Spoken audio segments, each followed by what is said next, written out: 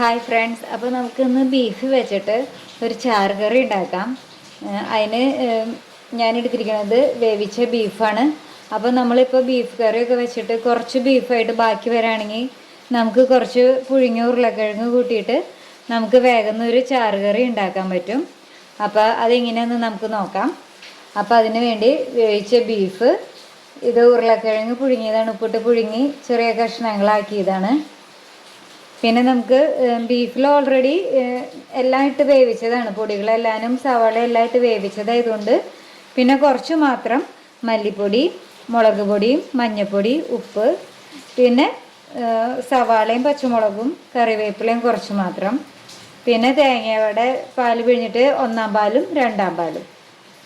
അപ്പം നമുക്ക് ആദ്യം ഒരു ചട്ടി എടുത്തിട്ട് അതിലേക്ക് സവാളയും പച്ചമുളകും പൊടികളെല്ലാം കൂടെ ഒന്ന് തിരുമ്മിയെടുക്കാം. അപ്പം ഞാനൊരു ചട്ടിയിലേക്ക് ഇപ്പോൾ സവാളയും എല്ലാ പൊടികളും കൂടെ ഇട്ടുണ്ട്. അത് നല്ലോണം ഒന്ന് തിരുമ്മി യോജിപ്പിക്കാം. നമുക്ക് ആ പൊടികളും സവാളയൊക്കെ ഇതിലേക്ക് നമുക്ക് കുറച്ച് ചോർക്ക് ആഡ് ചെയ്യാം. ഇനി നമുക്ക് ഇതിലേക്ക് ബീഫ് ചേർക്കാം. ആദ്യം ബീഫ് ചേർത്ത് പിന്നെ തേങ്ങാപ്പാലും ഒഴിച്ചാണ് നമ്മൾ ആദ്യം ഇത് വേവിക്കണേ. അത് കഴിഞ്ഞ് ഒന്ന് തള വന്ന് കഴിഞ്ഞിട്ടാണ് നമ്മൾ പുഴുങ്ങിയ ഉരുളക്കിഴങ്ങ് ആയതുകൊണ്ട് ഉരുളക്കിഴങ്ങ് ചേർക്കണത്. അപ്പോൾ നമുക്കിനി ബീഫിലേക്ക് തേങ്ങയുടെ പാൽ പിഴിഞ്ഞ 2-ാം പാൽ ആഡ് ചെയ്യാം.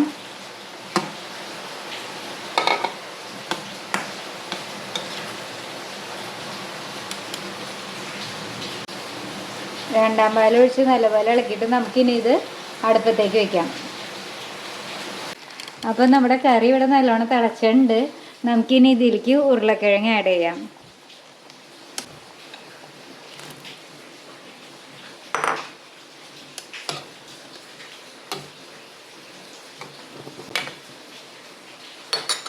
ഇനി ഇത് ഒന്ന് തിളച്ച് വെന്ത് വരുമ്പോൾ നമുക്ക് 1-ാം പാൽ ആഡ് ചെയ്ത് നമുക്ക് കറി ഓഫ് ചെയ്യാം.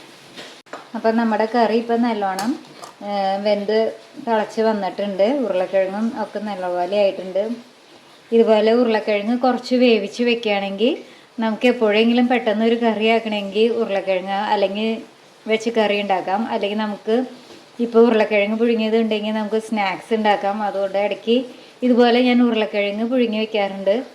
അപ്പോൾ കുറച്ച് എന്തെങ്കിലും ബീഫ് ബാക്കി വന്നപ്പോൾ ഞാനിപ്പോൾ പെട്ടെന്ന് ഇതെനിക്ക് കറിയാക്കാൻ ഈസിയാണ്. അപ്പോൾ ഇതുപോലെ ഈസി ടിപ്സ് നിങ്ങൾ നോക്കുക. അപ്പം ഇനി നമുക്ക് ഇതിലേക്ക് തേങ്ങയുടെ 1-ാം പാൽ ഒഴിക്കാൻ നേരായി. അപ്പം നമുക്കിനി ഇതിലേക്ക് 1-ാം പാൽ ഒഴിക്കാം.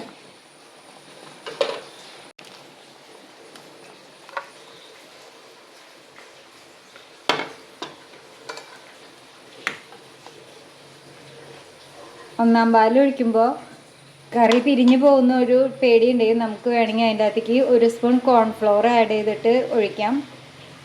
തേങ്ങാപ്പാലിലേക്ക് തന്നെ 1 സ്പൂൺ കോൺഫ്ലവർ അതൊരു കുറച്ച് ചേർത്തുള്ളൂ, 1 ടീസ്പൂൺ. അതിനനുസരിച്ച് ഇപ്പോൾ തേങ്ങ എന്തോരം കറി ഉണ്ടോ അതിനനുസരിച്ച് കുറച്ച് മാത്രം ആഡ് ചെയ്ത് നമുക്ക് കറിയിലേക്ക് ഒഴിച്ചു കഴിഞ്ഞാൽ നമുക്കിടെ കറി പിന്നെ പിരിഞ്ഞു പോകുന്നു നമുക്ക് പേടിക്കണ്ട. ഇപ്പോൾ ഇതിൻ്റെ അകത്ത് അത്യാവശ്യം നെയ്യും എണ്ണയും ഒക്കെ ഉള്ളതുകൊണ്ട് ഞാനിനി ഇതിൻ്റെ അകത്തേക്ക് ഉള്ളി മൂപ്പിച്ചൊഴിക്കണില്ല. അല്ലെങ്കിൽ ഉള്ളി ഒന്ന് ചെറുതാക്കി അരിഞ്ഞ് വെളിച്ചെണ്ണയിലൊന്ന് വഴറ്റി നമുക്ക് ഇതിലേക്ക് ഒഴിക്കാം. ഞാനിപ്പോൾ അത് ചെയ്യണില്ല, ഇഷ്ടമുള്ളവർക്ക് അങ്ങനെയും ചെയ്യാം. അപ്പോൾ ഇപ്പോൾ ഇതൊന്ന് തിളച്ച് വരുമ്പോൾ തന്നെ നമുക്ക് കറി ഓഫ് ചെയ്താൽ നമ്മുടെ കറി റെഡിയായി. ഈ കറി നമുക്ക് ചോറിൻ്റെ കൂടെയും അല്ലെങ്കിൽ ബ്രെഡിൻ്റെ കൂടെയൊക്കെ കഴിക്കാൻ നല്ലതാണ്. എല്ലാവർക്കും ഇത് ഇഷ്ടപ്പെടും. അപ്പോൾ ഇതുപോലെ ഈസി ആയിട്ട് നമുക്ക് ഇപ്പോൾ ഉരുളക്കിഴങ്ങും ബീഫും ഒക്കെ വേവിച്ചതുണ്ടെങ്കിൽ പെട്ടെന്നൊരു ചാറ് കറി നമുക്ക് ചോറിനുണ്ടാക്കാം. അപ്പോൾ ഇത് നിങ്ങളെല്ലാവരും ട്രൈ ചെയ്യണം. ഇതുപോലെ ഈസി റെസിപ്പിക്കായിട്ട് ഞങ്ങളുടെ ചാനലൊന്ന് സബ്സ്ക്രൈബ് ചെയ്ത് സപ്പോർട്ട് ചെയ്യാം. Okay, bye. ഇപ്പോൾ കറി ഒന്ന് 1-ാം പാൽ ഒഴിച്ച് തിളച്ച് വന്നിട്ട് ഞാൻ ഇപ്പോൾ ഗ്യാസ് ഓഫ് ചെയ്യാണ്.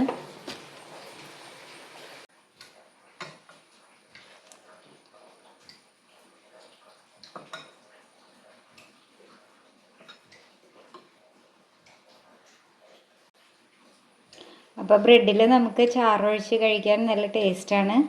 അപ്പോൾ നിങ്ങളിതുപോലെ ട്രൈ ചെയ്യുക.